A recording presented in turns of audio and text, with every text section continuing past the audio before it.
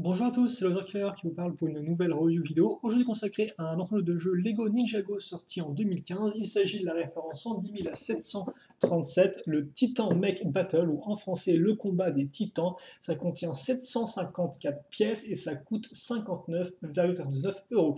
Donc comme vous pouvez le voir, boîte de taille respectable et qui bien sûr met en avant deux titans, de méca, de gros robots comme on les aime, et qui inclut aussi 5 figurines, bien sûr 5 figurines qu'on retrouvera aussi à ce niveau-là, voilà en 1-1. Et à l'arrière, vous aurez donc différents petits mécanismes mis en avant, ainsi que d'autres scènes de jeu. J'en passe et des meilleurs, comme vous pouvez voir, hein, ça fait un peu écran de combat, de jeu de combat, là, avec un gros versus entre le mecha des fantômes et le mecha de Zane, car effectivement, c'est enfin au tour de Zane dans son mecha, après que tous les autres ninjas en aient plus ou moins eu un. Mais ça, bien sûr, on la reviendra en temps et en heure. Donc, déjà, deux modes d'emploi. Donc le premier, bien forcément, vous passez sur le méca de Zane ainsi que d'autres petites choses qu'on verra ensemble, voilà, en 33 grosses étapes, comme vous pouvez le voir. Et le second mode d'emploi, bien le second méca. Donc là encore, dans, je crois, voilà, 40 étapes, 40 grosses étapes, comme vous pouvez le voir. Tout le monde réuni fait la fête, des petits mécanismes mis en avant, et puis après, pour le reste, les pubs qu'on commence à connaître. Voilà, les différents modèles de la seconde vague, hormis bien sûr les modèles édition spéciale. Et quand même là, il y en a une certaine tonne, hein, parce qu'il y en a 3 en tout dans cette vague-là. Pub pour les Erjitsu, qui effectivement apparaît peu souvent, là encore, hop là. Et donc la liste des pièces sur 2 pages. Ça, c'est pour le mode d'emploi, donc ça se par la gagne. Et maintenant, on va passer aux figurines. Donc, pas un nombre renversant de figurines, 5 en tout, comme on va le voir. Et bien, justement, on va voir ça ensemble, on va voir lesquelles on a. Et on va commencer, je pense, bien, avec du lourd, effectivement, car on va commencer avec une figurine qui est exclusive à cette là du côté des ninjas, et il s'agit effectivement de Zane dans sa version Deepstone, car oui, Zane, on l'a déjà eu auparavant, souvenez-vous, dans le modèle édition spéciale de la moto fantôme de Wraith. Seul problème, enfin, problème entre guillemets, ce n'est pas dans un, c'était sa version Erjitsu. Et donc là, effectivement, on a enfin sa version Deepstone, comme tous les autres ninjas, comme vous pouvez le voir, et il rend plutôt bien. Alors forcément, Zen, entre-temps, est passé un peu du ninja de glace au ninja de titane, donc ça se ressent aussi avec ses parties plus métallisées, comme vous pouvez le voir, aussi bien à l'avant qu'à l'arrière. Tout comme son autre pote, il a ses épaulettes noires, par contre pas de sabre. Alors par contre, je me suis trompé de tête. Ah ouais, effectivement, bah oui, oui, je me suis trompé de tête, parce que forcément, qui dit ninja de titane, voilà, dit la tête qui convient. Et donc ça, c'est la même tête qu'on avait eue en 2000, dans la vague précédente, en fait, tout simplement, vague 1 2015. Et là encore, nouvelle cagoule avec, cette fois-ci, le blanc qui est mis en avant, comme ceci. Voilà. Donc, pas d'arme pour Zane. Il a des petits shurikens de son robot, mais bon, ce sera pas vraiment plus ça en tant qu'accessoire qu'autre chose. Vient ensuite, donc effectivement, et ça c'est intéressant de noter, c'est que c'est un peu, je pense, un des premiers, si c'était même le seul set où les ninjas sont en supériorité numérique par rapport aux fantômes. Souvent, il y a beaucoup plus de fantômes que de ninjas, là c'est un peu l'inverse. Et donc effectivement, on va continuer avec cette fois-ci Jay, donc Jay qui n'est pas son premier tour d'essai, car effectivement, on l'a déjà vu auparavant dans le Jay Walker One sans épaulettes, on l'a aussi vu donc dans le Dragon de Moro, et enfin, il est aussi présent dans la ville de Styx, donc en clair, au moins 4 façons de le choper, le petit Jay. Donc il encore vient avec les épaulettes, visage idem qu'on connaît depuis très longtemps, et voilà pour la cagoule. Par contre, c'est les détails dorés qui ressortent, et qui d'ailleurs ressortent de façon assez plutôt bien, je trouve. Par contre, là encore, voilà, histoire qu'on voit vraiment bien. Enfin, autre figurine qui fait sa première apparition dans cette vague-là, mais qui n'est pas vraiment nouvelle, il s'agit effectivement de Samurai X, qui va reprendre son imprimé de la première vague de l'année, donc qui ressemble à ceci. Souvenez-vous, auparavant, il était exclusif au set du DBX, donc le plus gros modèle de la première vague, en soi assez difficile à choper. Et donc là, vous avez un peu une alternative un peu moins coûteuse, même si bon, on est d'accord, hein, 60 euros, c'est pas non plus donné. Donc comme ça, elle vient aussi par contre, effectivement ça c'est une différence par rapport à sa version vague 1, avec les épaulettes en couleur noire. Donc tout sourire d'un côté et tout masque de l'autre. Voilà, pour cacher son identité réelle de Nia, même si bon, elle la cache surtout maintenant aux méchants parce qu'au final, hein, les ninjas la connaissent bien maintenant. Ils l'ont découverte un peu en 2012. Mais bon, je suppose que le casque lui offre d'autres possibilités comme des viseurs intégrés, j'en passe des meilleurs, car après tout, Nia est très forte pour construire et pour le high-tech. Donc comme on peut le voir, elle vient elle aussi avec ses deux katanas. Voilà, pour notre ami Nia slash Samurai X. Vient ensuite les fantômes, et là c'est aussi assez intéressant de noter parce qu'effectivement on n'aura pas de guerrier fantôme, ni même de ninja fantôme, on aura directement deux maîtres fantômes. Donc déjà on aura la maître des lames, à savoir Bancha, Bancha qu'on a déjà eu par le passé dans le J-Walker 1 et qu'on peut aussi retrouver dans le Destiny's Bounty, mais que là on aura effectivement en version exclusive dans le sens où elle apparaîtra avec ses jambes, car effectivement c'est elle qui pilote le mecha, et donc elle a besoin d'avoir des vraies jambes de fantôme, de minifigs traditionnels pour pouvoir entrer dedans. Et donc voilà, elle retourne vers jambes qui sont exclusifs à ce modèle-là. L'arrière, hop là, avec le petit yin et yang fantomatique, tout comme d'ailleurs sa lame fantôme à ce niveau. Et puis pour le reste, eh bien, elle vient tout de même avec les petites épaulettes fantômes. Ça fait beaucoup de choses fantômes tout ça. Hop là, la tête de Bancha, pour ceux qui ne la connaissent pas, qui est genre inscrite un peu dans des flammes, ce qui est assez intéressant je trouve. Et la cagoule, qui comme elle est transparente à l'arrière, laisse passer la lumière au travers donc, et permet de bien voir les yeux qui ressortent. Ce qui ne serait pas le cas d'une cagoule qui sera entièrement sombre. Hein. C'est par exemple le cas de Wraith ou du Soul Archer. Ensuite, on va passer au second maître, qui est cette fois-ci le maître des faux, à savoir Gultar. Donc Gultar, là encore, qui est le maître qui revient le plus de fois dans les différents modèles. Comme vous pouvez le voir là, il a sa queue de fantôme. D'ailleurs, tu me diras, Gultar est le seul maître fantôme à ne pas avoir de version jambe normale. Donc effectivement, Gultar, qu'on a déjà vu par le passé dans le set du Ronin Rex, on peut aussi retrouver dans la ville de Styx et qu'on peut enfin voir dans le Destiny's Bounty. Donc là, 4 façons de le choper. Et cette arme-là, elle est plus ou moins similaire à celle qui est dans le Destiny's Bounty, à savoir que la seule différence, c'est le manche. Dans le Ronin Rex, excusez-moi, dans le Ronin Rex, c'est une lance, là c'est une simple bâton.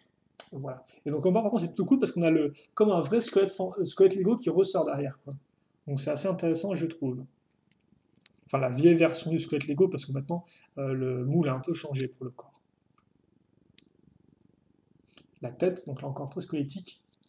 On met le petit foulard, hop là, comme ceci. Et donc l'arrière, comme vous pouvez le voir aussi, est imprimé et représente l'arrière de la tête, non pas une seconde expression. Le chapeau pointu, et voilà donc pour notre Gultar, qui fait toujours plaisir à voir parce qu'il est vraiment bien réalisé, c'est vraiment très joli figurine je trouve. Enfin, en termes de screamer, on aura juste un seul, ce sera donc un fantôme hurleur qui hurle littéralement, pas juste en colère, et donc il y aura deux katanas qui est effectivement des accessoires qui sont exclusifs à ce screamer-là, il n'y a pas d'autres screamers dans toute la vague qui a des katanas. On pourrait se douter que pourtant c'est là un peu d'excellence à mettre partout, mais dans Lego c'est plutôt calmé à ce niveau-là. Donc voilà pour ce qui est des figurines, 5 au total, voilà, plus bien sûr le screamer. Et maintenant on va pouvoir passer aux constructions, et on va commencer déjà avec, non pas des robots, mais effectivement une structure. Donc laissez-moi juste le temps de mettre peut-être le focus bien comme il faut. Voilà, je vais mettre ça ici. Et à partir de ça, je vais établir et lumière et mise au point. Et donc effectivement, on va commencer avec la grotte de Samurai X. Donc franchement, il n'y a pas grand-chose de plus à en dire. On remarquera qu'on a le stand et donc la fameuse lame du vent qui appartient à Zane. Ce sont ces nouveaux objets à collectionner maintenant, cette vague-là. Il y en a 5 en tout, donc pour les 4 ninjas et une pour Sensei Wu. Lloyd n'en a pas d'ailleurs. Et d'ailleurs, la lame du vent de Zen, vous pouviez déjà la choper donc, dans la moto fantôme de Vrai. Donc là, elle n'est pas non plus exclusive à ce modèle-là. Voilà. Et puis pour le reste, il n'y a pas grand-chose à en dire. Hein. Petit panneau de bord, outils, comme vous pouvez le voir, petite plaque stickerisée, une partie rocheuse, voilà. Et donc en termes de dimension, là, on est dans du 10 cm de largeur, ou 9 si vous utilisez le pivot pour un peu donner du relief à l'ensemble. Idem, normalement, en termes de profondeur, eh bien, c'est soit 1,5 comme ça, soit si vous faites comme ça, plus dans les 5 cm. Et en termes de hauteur, par contre, là, ça ne change pas, on sera à 8,5 cm de hauteur. Et ah, non, je pensais éternuer, mais non, peut-être que ça reviendra. En tout cas, j'ai évité un éternuement, donc excusez-moi si ça se produit sans que je puisse prévenir. Donc voilà pour la grotte, hein. Il n'y a rien de plus à en dire, franchement, c'est juste là pour pouvoir mettre la lame du vent. Bien sûr, la lame du vent dont veulent s'emparer les fantômes. Et par contre, la grotte n'est pas vraiment finie, car effectivement, elle vient d'une seconde partie qui est totalement indépendante, qui n'est pas reliée à la grotte en elle-même, c'est le lanceur donc, de grappin que voici. Voilà, donc comme vous pouvez voir, on a la petite caisse à ce niveau-là, et le lanceur en lui-même ici. Donc d'ailleurs, comme on peut le remarquer, on aura un imprimé de viseur qui rend d'ailleurs plutôt bien, et dans lequel on peut voir, si je ne dis pas de bêtises, normalement, une silhouette Voilà, on peut voir le haut en fait du robot, ce qui est assez intéressant. Donc le casque en fait du mecha des fantômes.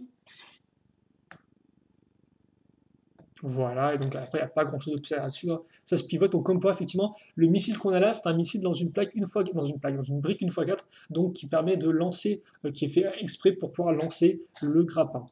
Voilà, donc je vous fais un peu tourner ça. Vous pouvez avoir les parties un peu courbées comme ceci, voilà. Idem à ce niveau-là, vous avez l'autre partie du viseur, ce qui est assez intéressant, c'est qu'effectivement là, vous avez vraiment le viseur en lui-même, quoi, donc avec l'objet du viseur, et de l'autre côté, vous avez l'écran en fait qui vous montre ce que voit le viseur. Ce qui est assez rigolo, c'est aussi assez sympathique. Et donc en termes de dimension, là, on est dans du 7 cm de longueur, 5 de largeur et 6 de hauteur, donc pour ce grappin.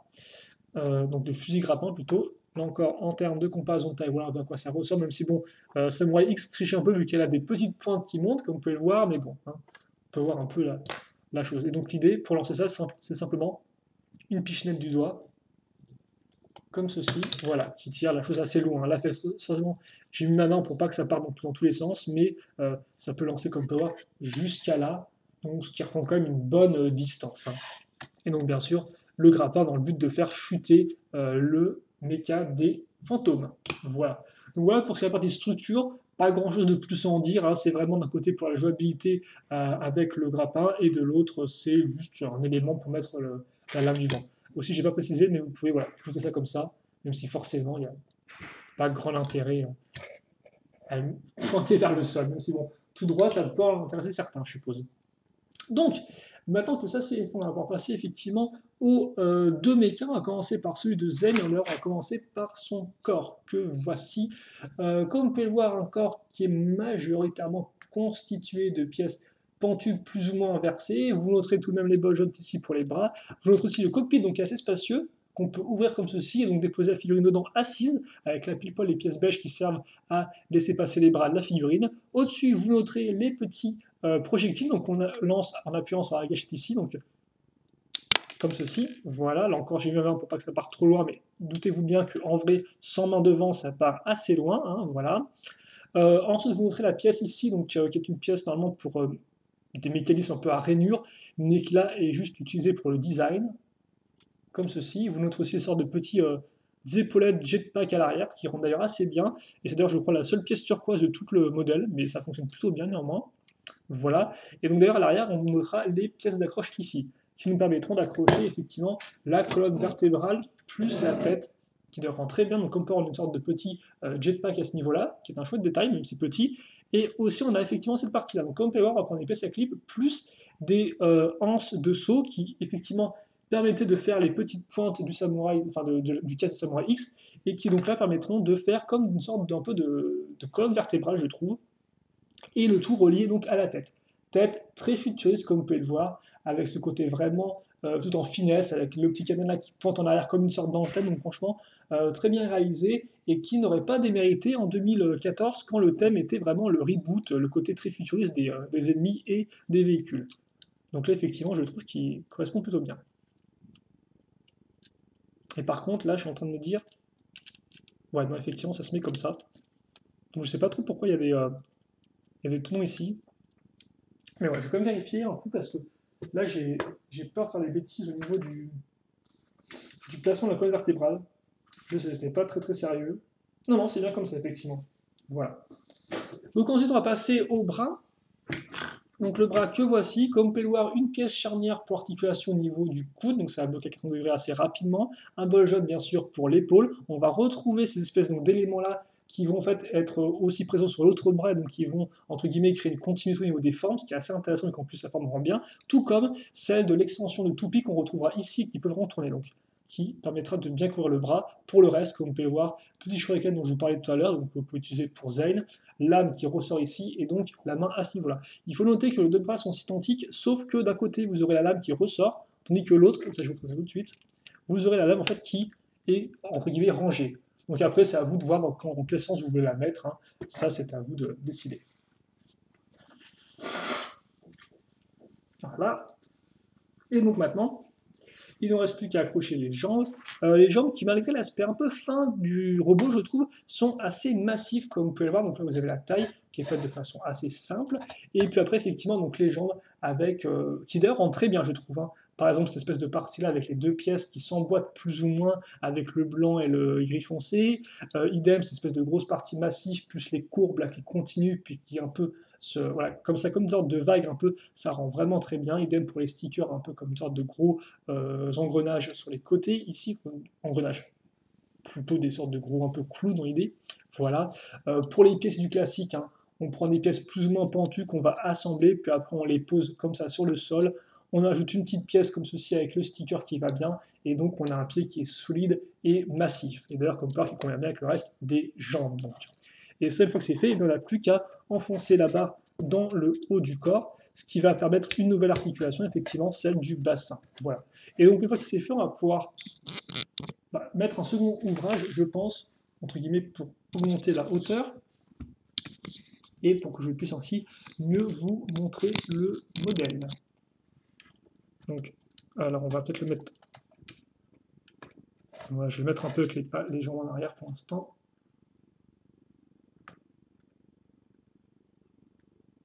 Voilà, ça m'a l'air pas trop mal, juste l'éclairage qui pourrait être un peu mieux, comme ceci. Voilà. Donc, voilà pour le robot titan de Zine, comme vous pouvez le voir. Alors en termes de dimension, il fait... alors en termes de largeur déjà, il fait 5 cm au niveau du corps, 11 au niveau de la taille, j'ai envie de dire au niveau des bras plutôt, et 12 au niveau des pieds. Voilà. 6 en profondeur et 19,5 cm en hauteur. Donc comme part, il n'est pas non plus tout petit. Hein. Je vais vous montrer par rapport à une figurine juste après. Et comme part, il rend vraiment bien avec sa tête et franchement super efficace. Hein. Très dynamique dans l'axe, le plicatana qui repart en arrière, petite colonne vertébrale ici, le jetpack à ce niveau-là. Franchement, il est très bien réalisé en termes de design, je trouve, ce méca-là. Voilà. Malgré ce contraste un peu bizarre, effectivement, entre le côté fin, peut-être du haut de la tête, et le côté plus large du bas. Mais là encore, c'est pas non plus un gros problème. Donc voilà, par rapport à une figurine. Et donc en termes de dimension, enfin en termes d'articulation, excusez-moi, donc voilà, les bras peuvent se pivoter comme ceci à ce niveau, donc il y a quand même de quoi faire. Bien sûr, ça c'est bloqué à 80 degrés. Les mains sont, donc, enfin les doigts plutôt sont amovibles, comme ceci. Et la tête, bah, elle, peut être levée pour laisser passer la figurine, mais ça s'arrête là, quoi. Hein, voilà, c'est comme voir, c'est un peu moche quand vous la levez. Donc c'est vraiment juste là pour tranquillement placer Zane dedans. Hein, voilà, d'ailleurs je vais le faire, je pense. Comme ceci. Voilà. Hop là. Et donc après, pour le reste, les jambes, bah, donc deux articulations au final. Hein. Une comme ça, et une comme ça. Donc comme on peut voir, ça va bloquer un peu à l'arrière. Mais néanmoins, on peut quand même faire des poses un tant soit peu dynamiques avec ces jambes-là. Oui, ça peut paraître un peu bizarre dit comme ça, mais comme on peut voir, vous avez une question au final d'équilibre. Donc par exemple, vous pouvez quand même là donner un certain élan à votre mec, et comme on peut voir, il tient debout, quoi. Alors pourtant, les pattes, enfin les jambes sont très écartées et tout, donc forcément, sur certains angles, ça rend beaucoup moins bien, hein, mais vous pouvez quand même faire des choses assez intéressantes comme ça. Voilà, par exemple là, en train de charger, et là, de l'autre côté, je peux le mettre avec la main grande ouverte, peut-être comme ceci. Voilà. Donc comme power, oui, vous pouvez faire des pauses. Alors c'est pas non plus le plus facile, ni le plus évident à appréhender. Néanmoins, c'est possible, malgré des articulations au final assez limitées. Voilà. Donc ça, c'est pour le robot titan de Zane.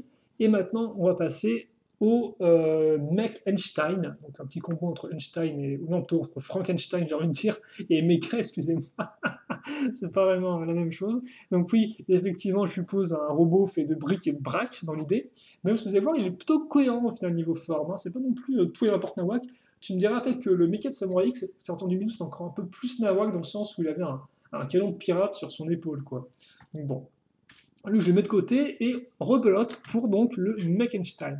Sauf que là, comme quoi, il va être un peu plus massif et un peu plus complexe. Pour ça que j'ai préféré vraiment démonter plusieurs éléments pour pouvoir au mieux vous montrer eh bien, effectivement les différentes parties qui composent ce robot qui eh bien, fait drôlement penser, là encore, au Samurai Mech qu'on a eu en 2012.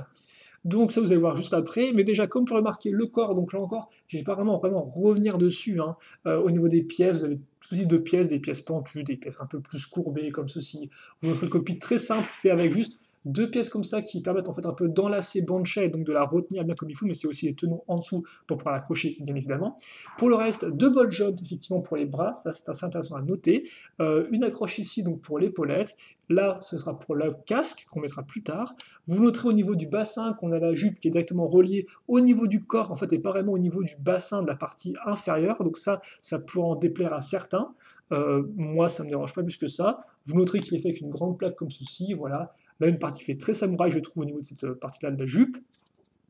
L'arrière aussi assez intéressant, car faisant penser à Samurai X, déjà pour le fanion qu'on a ici, et donc vous pouvez plus ou moins voir, voilà, ainsi que donc ces parties circulaires-là qui se font office de jetpack. Jetpack qui avait aussi effectivement le samouraï, enfin le mec samouraï, et qui est effectivement assez similaire à ces pièces-là, avec des pièces un peu circulaires, comme ceci.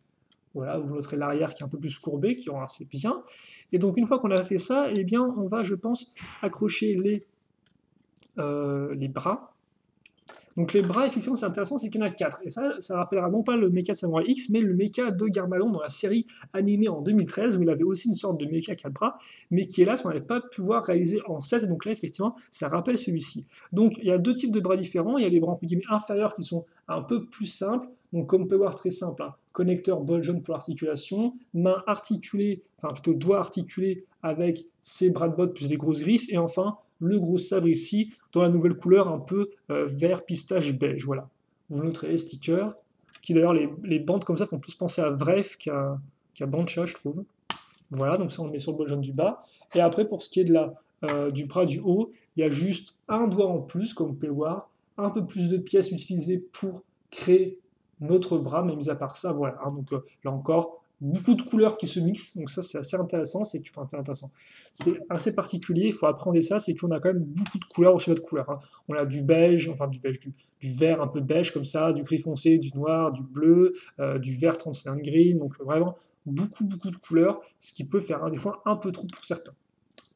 Autre élément qui rappellera le Mecha de Samurai X, ce sont les épaulettes qui sont là encore faites avec donc des avants de train, donc j'ai pas le nom spécifique pour la pièce comme ça, et donc, bah, c'est pareil en fait. Hein. L'accroche forcément est un peu différente, et apparemment identique, mais forcément, comme cette pièce-là est quand même assez emblématique, assez spécifique, ça rappelle directement celle du Samurai X. Puis, on va faire la tête maintenant. Donc là encore, très similaire, dans le sens où on va reprendre ces grosses pièces quart de cercle, en fait même quart de sphère, j'ai envie de dire, pour faire le casque. Par contre, l'avant est différent, comme on peut voir, avec des petites ailes de chauve-souris et une araignée transparente qui rentre d'ailleurs très bien. Ça, c'est vraiment très bien réalisé, je trouve. On accroche ça là. Et enfin viennent les jambes. Les jambes, là encore, sont assez massifs. Autre, et enfin, je pense, dernier détail qui rappellera un peu Samurai X, c'est l'engrenage. Il y en avait aussi un pour Samurai X, mais il était un peu différent au niveau de sa forme. Mais normalement, il était placé au même endroit. Et aussi les jambes, enfin les pieds qui sont un peu similaires au niveau des pièces utilisées, mais néanmoins, les pieds de ce robot-là sont moins larges que ceux du Samurai Mech. Pour le reste, on notera la présence de ces pièces-là sur les côtés. Voilà. Vous noterez aussi, ça c'est intéressant, que sur l'arrière, vous avez donc une sorte de chouette losange fait avec les deux pièces pentues. Par contre, seul problème, c'est que la pièce pentue ici, eh bien, elle va bloquer le pied directement. Quoi. Donc, niveau articulation, c'est encore plus limité que le mec de Zane. J'aime aussi cette pièce aileron utilisée à ce niveau-là. Voilà. Et donc, pour le reste, voilà un peu la coloration de ces jambes qui sont assez massifs, hein, là encore, qui sont bien imposantes au niveau de la forme. Après, je n'ai plus qu'à mettre ça ici, comme ceci. Et donc, voilà pour mon mec. Donc, par contre... Ah, attendez, parce que là, je suis en train d'un peu trop, peut-être... hop là.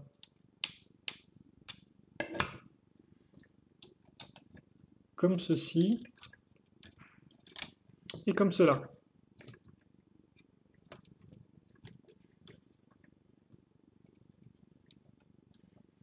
Hop là. Donc, excusez-moi juste, voilà, je vais mettre ça en place ici. Et je vais essayer de le faire rentrer dans l'écran, parce que quand même pas, il est assez grand. Hein. Là encore, c'est des mechas qui forcément sont beaucoup plus proches de ceux qu'on a eu en 2012-2013, donc avec le Samurai Mech, là encore, et le mecha donc, du Ninja Doré, donc effectivement qui étaient des robots qui avaient vraiment une sorte de cockpit, et qui effectivement se différencient des mechas qu'on a eu depuis 2013 avec, avec 2013, oui, effectivement, avec le mecha de Jay, puis celui de Cole, puis celui de, effectivement, Kai, non, ouais, Tokai, Cole et Jay dans l'ordre logique des choses, et qui eux étaient plus des sortes d'exo-armures que vraiment des robots, quoi. Là, on repart un peu dans ce principe de mecha avec vraiment un cockpit qui est travaillé et un aspect beaucoup plus massif. Donc en termes de taille, on est dans du, ouais, en termes de largeur, c'est du 6,5, 14 et 16,5 si on compte les deux petites pointes ici. En termes de profondeur, ça va de 8 à 9 cm, selon que vous incluez le bout de drapeau ou pas. Et en termes de hauteur, ça fait 21 cm et plus de hauteur. Voilà.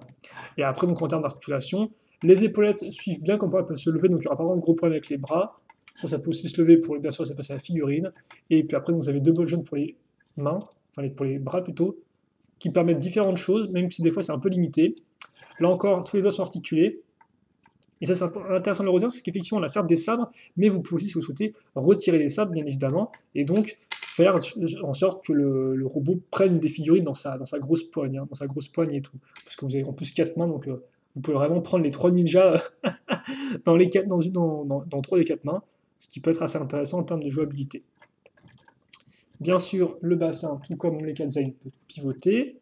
Les jupes suivent, donc vous pouvez plus ou moins les pivoter encore pour accommoder le mouvement des jambes. Donc les jambes, justement, comme j'ai dit, sont limitées, hein. Vous ne pouvez pas du tout tourner ça comme ça. Là, ça bloque directement, donc vous pouvez un peu sur ce côté, mais comme vous pouvez voir, c'est ultra limité, quoi. Autant Zen, il y a de quoi un peu faire des choses, autant là, avec le Meckenstein, c'est beaucoup plus compliqué de faire différentes poses. Donc comme je faire des poses comme ça, par exemple, hein, donc là, j'ai effectivement une certaine articulation, mais, enfin un certain mouvement, mais franchement, comme vous pouvez remarquer, voilà, à moins de faire un truc un peu bizarre comme ceci, ça va être un peu galère pour bouger les jambes et pour vraiment donner des poses dynamiques à l'ensemble.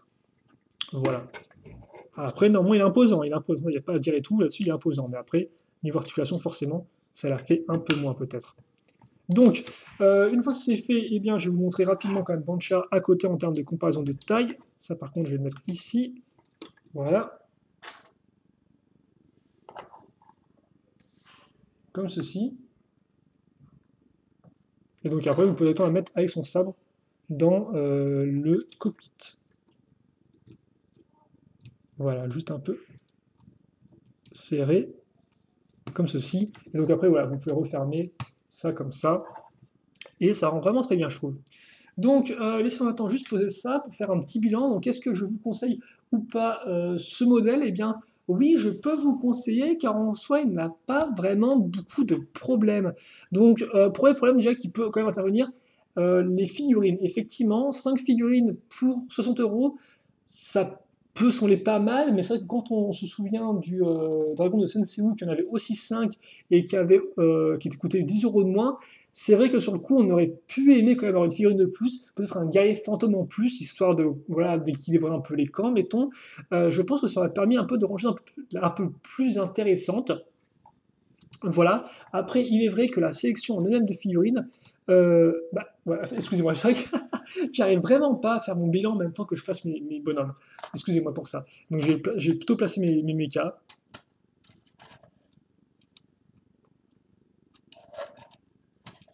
J'ai plutôt placé les mechas et tout bien comme il faut. Et puis après, je ferai le bilan. Parce que c'est étrange et tout, mais j'arrive mais vraiment pas, quoi. J'aimerais bien pouvoir vous le faire et tout, comme ça on passerait un peu moins de temps. La vidéo dure un peu moins de temps, mais j'arrive vraiment pas à placer tout en parlant en même temps, quoi. Voilà. Je suppose qu'il faut déjà que je mes mains pour les bouger dans tous les sens quand je fais mon bilan, quoi. Donc bon. Donc il y a quand même de quoi faire des pauses, hein, même c'est vrai que forcément avec les quatre bras, des fois c'est un peu, il y a un peu trop d'options, quoi. Donc c'est à vous de voir et au plus avec des fois c'est un peu limité au niveau du mouvement. Donc c'est vrai que niveau articulation, on pourrait penser qu'il y en a beaucoup avec les bras, c'est pas faux, mais ce sera vraiment à vous un peu d'expérimenter avec avant de trouver des bonnes, parce que des fois vous pouvez vraiment lever le bras comme vous le souhaitez, et donc ça peut être un peu problématique. Donc je vais les mettre vraiment un peu, je vais les mettre un peu tout droit tous les deux, pas non plus trop en pose dynamique, je m'excuse, mais comme ça on pourra bien les voir l'un face à l'autre, car effectivement oui c'est ça qui est intéressant, c'est un peu de comparer leur taille, comme vous pouvez voir, hein, le Mechanician est vraiment un peu plus imposant que celui de Zayn.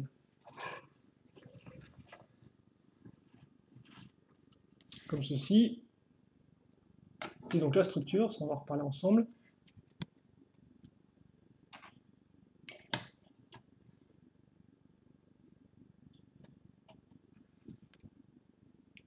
Voilà. Et après, donc, les figurines restantes, à savoir, eh bien, Goutard, le maître de la faux, Samurai X, Jay, et donc le Screamer. Voilà. Donc oui, où j'en étais? Moi, j'en étais à mes figurines. Donc comme je disais, effectivement, alors une figurine de plus n'aurait en soi pas été un mal, je pense. Après, pour la sélection en elle-même, bah forcément, Zane est exclusif, ce qui quand même est assez intéressant, est assez important, hein, vu qu'en plus, voilà, donc en version Gibson, il rend vraiment bien, je trouve, en plus. Après, pour le reste, Jay est quand même un peu un multi-récidiviste. Vous pouvez le choper moins cher en plus dans son Jay Walker One, même s'il n'aura pas les épaulettes noires, j'admets. Après, pour Samurai X, c'est plaisant de la revoir pour ceux qui n'auraient pas eu Ninja DBX à l'époque, car effectivement c'était quand même assez coûteux. Après, pour ceux qui ont déjà eu, c'est pas non plus, voilà, non plus une grosse surprise, mais bon, c'est quand même plaisant toujours d'avoir Nia présente aux côtés des garçons. Donc c'est quand même cool de la voir, même si moi, ça m'a pas non plus fait plus décoller au ciel que ça, mais bon, je suis quand même un peu plus dans la minorité que dans la majorité au niveau au niveau de l'achat de modèles, quoi, hein. Je pense que vous êtes quand même plus limité que moi. Donc je pense que ça aura plaisir d'avoir Nia enfin. Et en plus, ça passe est quand même assez justifié. Quoi. Là, c'est un combat de robot. C'est la première à avoir introduit un gros robot, donc compréhensible. Et puis pour le reste, bon voilà, hein, Banshee est toujours aussi cool, en plus avec ses jambes. Et puis Gulta, là aussi, c'est une figurine assez cool, mais qui encore n'est pas non plus vraiment exclusif à ce modèle-là, comme on a pu le voir. Donc c'est vrai qu'effectivement, étrangement, je sais pas pourquoi, mais moi je suis un peu mitigé par rapport à ces sons de figurines, mais qui objectivement restent quand même plutôt bonnes, je pense. Ensuite, donc effectivement, la grotte de Samurai X est quand même un peu anecdotique au niveau de sa forme, elle apporte pas grand-chose, je dois avouer. Le grappin, lui, au niveau de la jouabilité, est quand même un peu plus rigolo. Voilà. Et après, bah, forcément, les deux mecs qui restent, et bien les deux robots qui restent, mon autre point négatif, ce sera peut-être juste les articulations du Meckenstein. Pour le reste, on a quand même, et ça je dois l'avouer, deux points qui font plaisir. Déjà le fait de retrouver après plus ou moins 3 ans des vrais gros robots, donc avec des vrais cockpits, etc. Ça c'est vraiment plaisant. Après effectivement, après celui de Jay, de Cole et de Kai qui était en soi bien réalisé, mais qui n'étaient pas du même type que ceux-là, quoi. Donc au moins eux, voilà, ils reprennent un peu ce côté-là, et en plus quand même les deux sont complets. Il n'y en a si vous voulez pas un de moins bien que l'autre en soi. Les deux, je trouve, n'ont pas de choses qui manquent en fait. Ils sont vraiment bien réalisés et complets en fait. Il n'y en a pas un qui est un peu moins bien que l'autre, qui paraît un peu plus vite que l'autre. Non, là, franchement, les deux sont bien équipés, d'autant plus que les deux sont complémentaires. Comme vous avez pu le voir, les deux sont vraiment hétérogènes niveau design. Celui-ci, donc celui de Zane, est beaucoup plus classique dans le sens futuriste, un peu high-tech, avec des formes très lisses, des formes très droites, des formes vraiment qu'on peut distinguer, alors que forcément, le Meckenstein, est beaucoup plus déjà massif et aussi part un peu plus entre guillemets dans tous les sens avec ses 4 gros bras, aussi ses grosses jambes, le casque, tous ces éléments là encore qui rappelleront le mec de Samurai X. Donc au final, on a vraiment deux, pour moi, mechas qui sont complémentaires, qui sont hétérogènes, mais qui justement, et bien, effectivement, amène de la diversité au modèle. Voilà. Et donc ça, pour moi, c'est quelque chose, c'est vraiment un des points forts du set. Et donc cette jouabilité qui est accrue du fait de leur différence, du fait que l'un, par exemple, a des projectiles tandis que l'autre a 4 bras, idem au niveau du design. Donc tout ça fait que oui, au final, ce combat des titans est un bon modèle. C'est vrai que moi, la partie structure, après, ne m'a pas emballé honnêtement. Idem, la section de figurines m'a laissé un peu mitigé. Mais pour ce qui est vraiment des robots eux-mêmes, à part les articulations du Mechanistone qui sont franchement au niveau des jambes, c'est compréhensible, il faut qu'il puisse soutenir son poids, mais franchement, c'est quand même, on ne peut pas faire grand-chose avec, quoi. On peut surtout faire articuler ses bras, quoi, pas ses jambes. Mis à part ça, eh bien, on a vraiment, je trouve, deux beaux modèles. Voilà, donc franchement, et ça fait plaisir, que, comme je dis, ça fait quand même quelques temps qu'on n'a pas vraiment eu vraiment de méca, et qu'à la place on a plus eu des exo-armures. Là, on revient vraiment dans le principe de méca, et ça fait plaisir à voir, encore plus quand ces deux-là sont quand même très différents de ceux qu'on a eu par le passé, et même entre eux, car effectivement, celui de Samurai X sera peut-être plus proche de celui-là, mais néanmoins, quand même, celui de Zane est très différent du Samurai X ou du mecha du Ninja Doré. Voilà. Donc franchement, pour moi, bon set, hein, franchement, qui fait bien les choses. Voilà, même si toutes les parties n'ont pas entièrement convaincu, honnêtement, il est quand même assez complet et franchement, les deux mechas valent le coup vu qu'ils sont bien terminés et qu'ils ont un design vraiment très distingué, très distinctif l'un de l'autre. Voilà, donc on se quitte là-dessus, j'espère que vous avez apprécié la vidéo. Questions, commentaires, n'hésitez pas à les poser, j'y répondrai avec grand plaisir comme d'habitude. Pour le reste, portez-vous bien, passez une bonne journée, une bonne soirée, une bonne ce que vous voulez, c'est ce qui compte, c'est l'important, c'est tout ce qu'il faut faire pour une vie bien et saine, ou plutôt bonne et saine, et puis nous on se quitte sur tout n'importe quoi, et bien sûr on se dit à la prochaine pour de nouvelles vidéos. Allez, salut à tous.